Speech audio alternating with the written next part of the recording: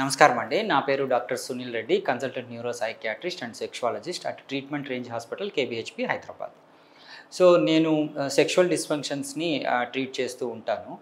ఇందులో ముఖ్యంగా నా దగ్గరకు వచ్చే క్లయింట్స్ అడిగేటి ఏంటివంటే నాకు పెన్నిస్ సైజ్ తగ్గింది సార్, లేకపోతే నాకు చిన్నప్పటి నుంచి కొద్దిగా చిన్న పెన్నిసే ఉంటుంది. So how to improvise the size, లేకపోతే ఎంత సైజు ఉంటే కరెక్ట్గా ఉంటుంది, ఎంత సైజు ఉంటే ఫీమేల్ పార్ట్నర్ సాటిస్ఫై అవుతారు అనే ఆలోచనలతో ఒక మిత్స్తో కొద్ది కన్ఫ్యూజన్స్తో ఉంటారు. అందుకనే ఈ వీడియో చేయడం అనేది జరుగుతుంది.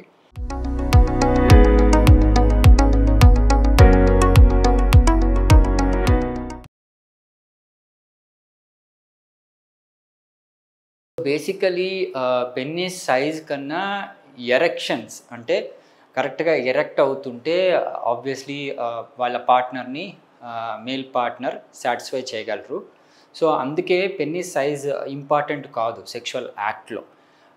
బట్ ఆబ్వియస్గా సైకలాజికల్గా ఫీలింగ్ ఏముంటుందంటే పెన్నిస్ పెద్ద సైజు ఉంటే ఫీమేల్ పార్ట్నర్ సాటిస్ఫై అవుతారు, అది మేల్ పార్ట్నర్ ఫీల్ అయిపోయి ఇబ్బంది పడుతూ ఉంటారు.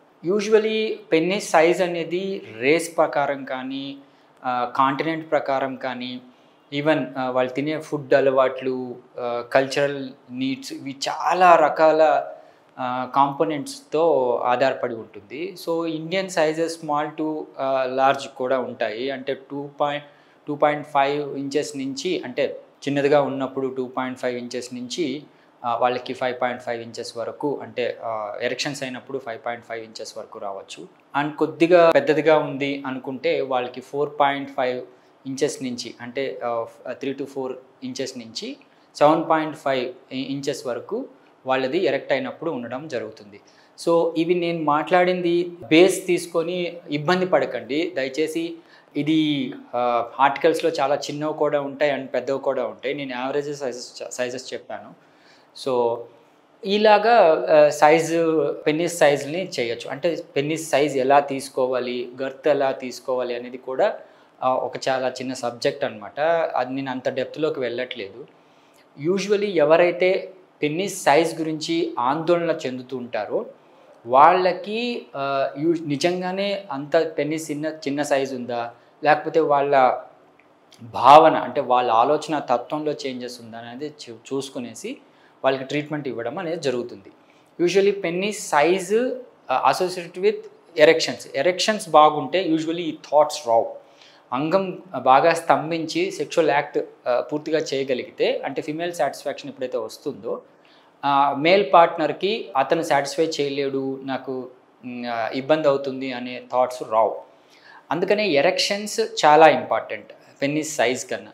సో ఎరెక్షన్స్ ఇంప్రూవైజ్ అయ్యి కొద్ది గొప్ప ఈ సైజ్ సాటిస్ఫై కావాలి అంటే న్యాచురల్ వేలో మనము ట్రీట్మెంట్ ఇవ్వడం అనేది జరుగుతుంది. అదే low intensity shock wave therapy, అంటే extracorporeal low intensity shock wave therapy అంటాము. సో దీని ద్వారా ఏంటి అంటే వీళ్ళకి ఎటువంటి సైడ్ ఎఫెక్ట్స్ లేని, ఆబ్వియస్గా సైజ్ చిన్నదని వస్తారు కానీ వాళ్ళ హార్మోనల్ ఇష్యూసు, ఫిజికల్ ఫిట్నెస్ అన్నీ బాగుంటాయి. బట్ వాళ్ళు ఏంటంటే లోపల ఇబ్బంది పడిపోతుంటారు, నా అంగం సైజు చిన్నది, ఎదుటి పార్ట్నర్ ఇబ్బంది పడిపోతారు అన్న థాట్లో, యాంగ్జైటీకి, డిప్రెషన్కి, ఆ కుంగుబాటులో ఉంటారు.